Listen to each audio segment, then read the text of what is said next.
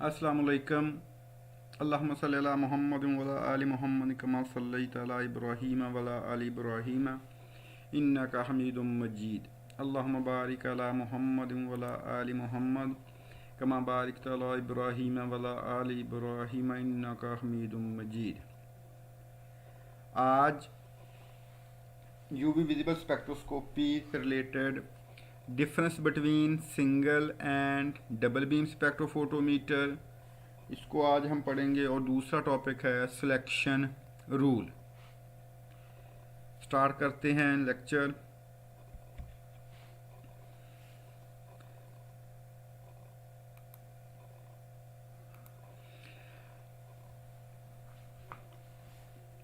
Single beam और double beam spectrophotometer, जैसा कि मेजर डिफरेंस क्या होता है इसमें कि सिंगल बीम स्पेक्ट्रोफोटोमीटर में हम क्या करते हैं, सैंपल रखते हैं, उसके बाद उस सैंपल को उठा के फिर हम क्या है उसकी जगह पे रेफरेंस रख सकते हैं। तो यानी कि एक दफ़ा रेफरेंस रख के फिर दोबारा उसमें हमें एक ही क्यूबट बार बार रखनी पड़ती है। जबकि डबल बीम स्पेक्ट्रोफोटोमीटर में हमारा मेजर क्या फ़र्क था कि हम सैंपल और रेफरेंस दोनों को एट ए टाइम रखते हैं, जिसकी वजह से जो एक्यूरेसी है वो ज़्यादा आती है और रिज़ल्ट हमारा ज़्यादा वाइबल होता है। ये मेजर डिफरेंस डायग्राम में सबसे पहले कि सिंगल बीम जो स्पेक्ट्रोफोटोमीटर है ये लेस एक्सपेंसिव होता है, क्योंकि इसमें सिर्फ और सिर्फ एक सैंपल रखने की सहूलत मौजूद होती है। जबकि जो डबल बीम स्पेक्ट्रोफोटोमीटर होता है ये ज़्यादा एक्सपेंसिव होता है कंपेरेटिव टू प्राइस। ये है सर्किट डायग्राम का फ़र्क। इसमें क्या है देखें, तो सबसे पहले सोर्स है हमारे पास, ये सोर्स के बाद सैंपल प्लेस कर दिया, इंटरफेरेंस डिस्पर्शन डिवाइसेस और डायोड एरे डिटेक्टर। तो ये है सिस्टमेटिक डायग्राम कि which parts are present in single beam spectrophotometer. जबकि डबल बीम अगर हम देखें तो ये क्या है, सोर्स, सोर्स के बाद मोनोक्रोमेटर, चॉपर जो कि इसमें मौजूद बिल्कुल कहीं नज़र नहीं आ रहा, आप देख रहे हैं। उसके बाद ये मिरर है, तो इसमें हमने ये देखें सैंपल और ब्लैंक इकट्ठे प्लेस किए। जबकि इस वाले में हमारे पास क्या सिर्फ सैंपल प्लेस है, जबकि ब्लैंक कोई यहाँ पहले प्लेस नहीं है। फिर दोबारा मिरर लगे हैं, फिर डिटेक्टर है और फिर रीड आउट डिवाइस है। तो ये है सिस्टमेटिक डायग्राम डबल बीम की और ये है सिंगल बीम की। तो ये है मेजर डिफरेंस बिटवीन सिंगल और अकॉर्डिंग टू डायग्राम। ये डायग्राम के लिहाज से इसमें क्या फ़र्क है।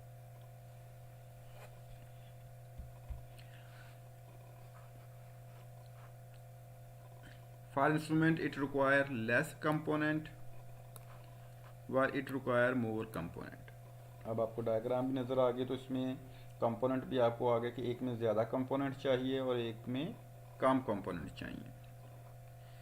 कौन कौन से कंपोनेंट हैं, single sample compartment, cuvette, monochromator, dispersion devices, detector, read out device. जबकि इसमें क्या हो गया,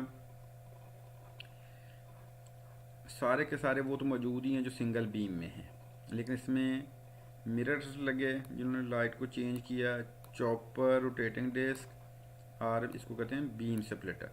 तो ये जो कंपोनेंट हैं ये सिंगल बीम की निस्बत इसमें क्या हैं, ज़्यादा हैं डबल बीम स्पेक्ट्रोफोटोमीटर में।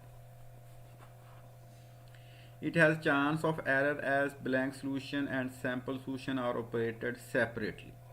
तो जिसकी वजह से फिर इसमें चांसेस ऑफ एरर डेफिनेटली मौजूद हैं कि हम सैंपल और ब्लैंक को सेपरेटली एनालाइज करते हैं। जबकि डबल बीम में डेफिनेटली मोर एक्यूरेट होगा और प्रिसाइज रिजल्ट होगा। क्यों, ब्लैंक और सैंपल जो है वो हम इकट्ठे ही एट ए टाइम ऑपरेट करते हैं, तो लिहाजा एरर के चांसेस इसमें मिनिमम हैं। दूसरा ये कंपैरिजन था। Next, Single beam spectrometer is an analytical instrument in which all the light wave coming from the light source passes through the sample. कि जितनी भी लाइट आ रही है, लाइट चॉपर से चॉप नहीं होती या डाइफ्रैक्ट नहीं होती, बल्कि सारी की सारी सैंपल से पास होती है। जबकि डबल बीम स्पेक्ट्रोफोटोमीटर अगर आप देखें, उसमें हम क्या करते हैं, स्प्लिट करते हैं लाइट किस में, 2 फ्रैक्शंस में। ये लाइट सोर्स का फ़र्क है कि उसमें लाइट सोर्स में सीधी आपके पास आके सैंपल पर फॉल करती है, जबकि इसमें जो आपके पास है वो सैंपल पर फॉल करने की बजाय क्या करती है, स्प्लिट होती है 2 फ्रैक्शंस में। एक सैंपल पर चली जाती है और एक ब्लैंक पर। Single beam spectrometer photometer use a non split light beam, उसी को फिर लिखा कि नॉन स्प्लिट है। जबकि डबल बीम जो है 2 fraction before passing through the sample.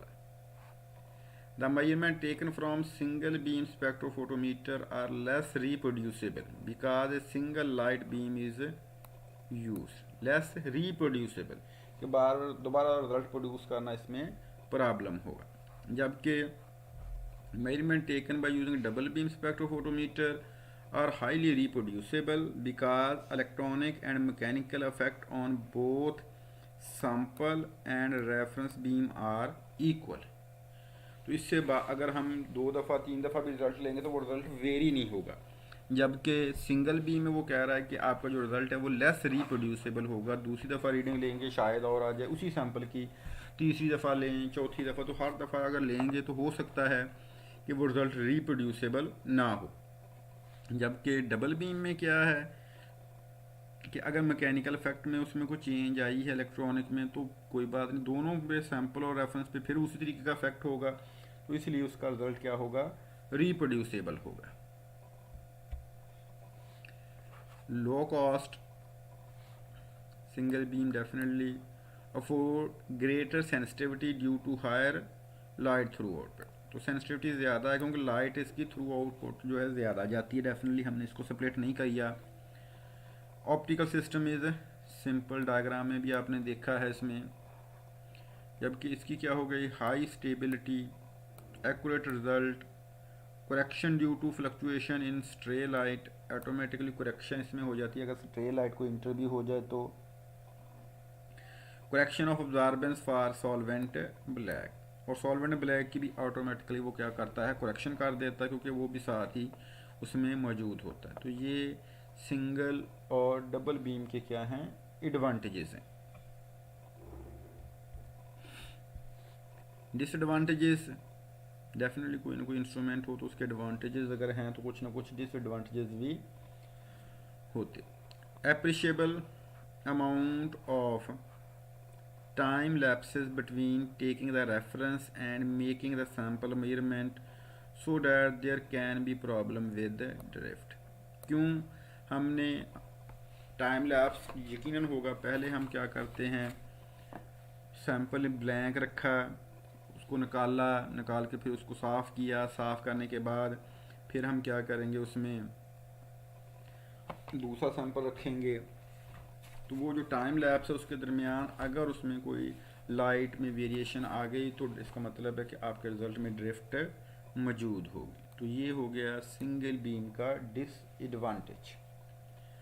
जबकि डबल बीम में instability, lower sensitivity, thorough output of light is poor, complex structure. तो ये डिसएडवांटेजेस हैं डबल बीम स्पेक्ट्रोफोटोमीटर के। दूसरा टॉपिक हमारा है सिलेक्शन रूल। देखते हैं इसमें क्या है।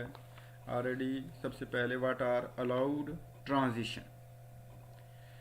अलाउड ट्रांजिशन क्या है, intensity of absorption is usually expressed as molar absorptivity. ये मोलर अब्जॉर्प्टी के लिहाज से हम इसको एक्सप्लेन कर रहे हैं कि अगर आपकी मोलर अब्जॉर्प्टी की वैल्यू ग्रेटर दैन 10⁴ हो तो हम उस वाले सिस्टम को कहते हैं कि ये अलाउड ट्रांजिशन है, और अगर इससे कम होगी तो हम फिर कहेंगे कि फॉरबिडन ट्रांजिशन है।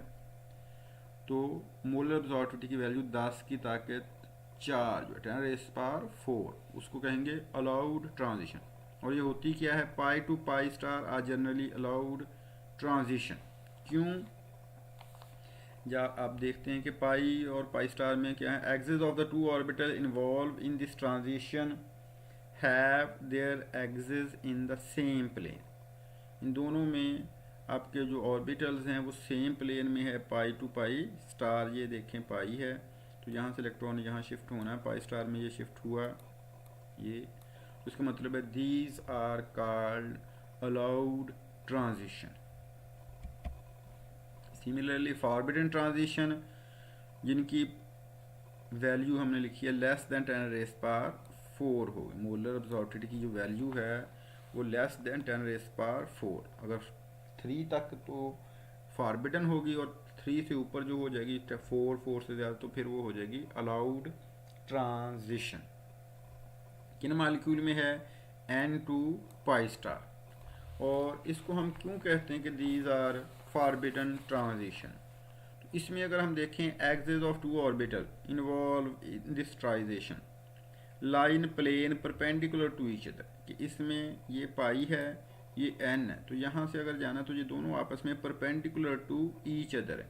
इसलिए ये जो ट्रांजिशन है, these transition are called forbidden transition. According to ये किस पे हमने बेस की हैं, ये हमने मोलर अब्जॉर्बिटी के लिहाज से इसकी क्लासिफिकेशन की है, डिफरेंट क्लासिफिकेशन है। अब ये है स्पिन सिलेक्शन रूल, ये भी बताता है कि आया अलाउड होगी ट्रांजिशन या फॉरबिडन होगी। अलाउड ट्रांजिशन क्या होगी, अगर आपका इलेक्ट्रॉन सिंगलेट से सिंगलेट में जाए या ट्रिपलेट से ट्रिपलेट में शिफ्ट हो, तो then it is called allowed transition. Mean ये स्पिन सिलेक्शन रूल के मुताबिक है, वो मोलर अब्जॉर्बिलिटी के लिहाज से था, ये स्पिन सिलेक्शन के लिहाज से। दूसरा फॉरबिडन ट्रांजिशन कब होगी, अगर सिंगलेट से ट्रिपलेट में जाए या ट्रिपलेट से सिंगलेट में इलेक्ट्रॉन शिफ्ट हो, तो then it is called forbidden transition. Delta S overall क्या होगा इसमें, 0। ये देखिए ये है ग्राउंड स्टेट सिंगलेट फॉर्म में। अब ये है एक्साइटेड स्टेट सिंगलेट स्टेट, यहाँ से शिफ्ट होके ये यहाँ चला गया। और ये है एक्साइटेड ट्रिपलेट स्टेट, यहाँ देखें इसकी स्पिन मल्टीप्लिसिटी सेम है, ये भी उसी फॉर्म में और ये भी दोनों एक है, जबकि ये +1/2 और ये है -1/2। जब वेलोसिटी डायग्राम क्लियरली एक्सप्लेन करती है कि उसमें क्या चेंज आई है। जब लाइट अब्जॉर्ब करता है तो वो सिंगलेट से S1 में जा सकता है, सिंगलेट 1 S2 में शिफ्ट हो सकता है, S3, ये डिफरेंट एक्साइटेशन स्टेट है। या फिर वो क्या कर लेता है, इंटर सिस्टम क्रॉसिंग कर लेता है, तो वो ट्रिपलेट स्टेट में चला जाता है, T1 से T2, T2 से T3, और इस तरीके से इंटर सिस्टम क्रॉसिंग T1 से S1, ये है उसकी ओरिजिनल स्टेट। तो इसी से फास्फोरेसेंस और फ्लोरेसेंस फिनोमेना होगा, जो आप फोटोकेमिस्ट्री में डिटेल से पढ़ेंगे। थर्ड रूल है जी लेपोर्टे सिलेक्शन रूल। ये क्या कहता है, there must be a change in the purity of the complex. ये सिमेट्री को एक्सप्लेन करता है कि आया चेंज इन प्योरिटी हुई है या नहीं। अगर तो हुई है, जैसे ये है अलाउड ट्रांजिशन लेपोर्टे में, जिराड से अनजिराड में अगर मूव करे या अनजिराड से जिराड में, तो then it is called allowed transition. Mean जो प्योरिटी है that is called symmetry of the orbital, वो चेंज हुई है या नहीं। और फॉरबिडन में ये क्या कहता है, जिराड से जिराड में या अनजिराड से अनजिराड रहे, तो then it is called a forbidden transition. तो 3 किस्म के सिलेक्शन रूल हैं जो हमें बताते हैं कि आया ये अलाउड ट्रांजिशन है या फॉरबिडन। जिराड जी के लिए compound with centre of symmetry, then it is called g. और ungerade mean compound without centre of symmetry. ये हमने इसको सम अप किया है आपको समझाने के लिए। Not all transition that are possible in UV are generally observe. क्यों नहीं ऐसा होता, for an electron to transition certain quantum mechanical constraint apply. These are called selection rule. कि जो नॉर्मली हम कहते हैं कि हमने लाइट फॉल करवाया या ट्रांजिशन हुई तो ऑब्जर्व क्यों नहीं हुई, तो वो कहता है उसमें सर्टन प्रॉब्लम है और उसको हम फिर कहते हैं सिलेक्शन रूल. क्या one transition which involve in the change in the spin quantum number of an electron during the transition are not allowed to take place are these are called forbidden. Spin quantum number of electron during the transition are not allowed to take place. कि spin quantum number उसका change नहीं हो सकता. दूसरा, singular triplet transition are forbidden. Multiplicity state of 2s+1. ये 2s क्या है? s basically इसका है total spin quantum number. Apply करके आपको बताते हैं कि ये हमारे पास एक मॉलिक्यूल था, उसकी ये ग्राउंड स्टेट में थे इलेक्ट्रॉन, अब उसमें एक्साइटेड हुए सिंगुलर स्टेट में और ट्रिपलेट में. For excited singular state s is equal to 0, therefore 2s+1 is equal to 1. क्यों? ये +1/2 था, ये -1/2 हो गया, तो इसका दोनों का सम किया तो हमारे पास आ गया 0. तो ये 2s 0 के बराबर हो गया, +1 is equal to 1. Transition allowed.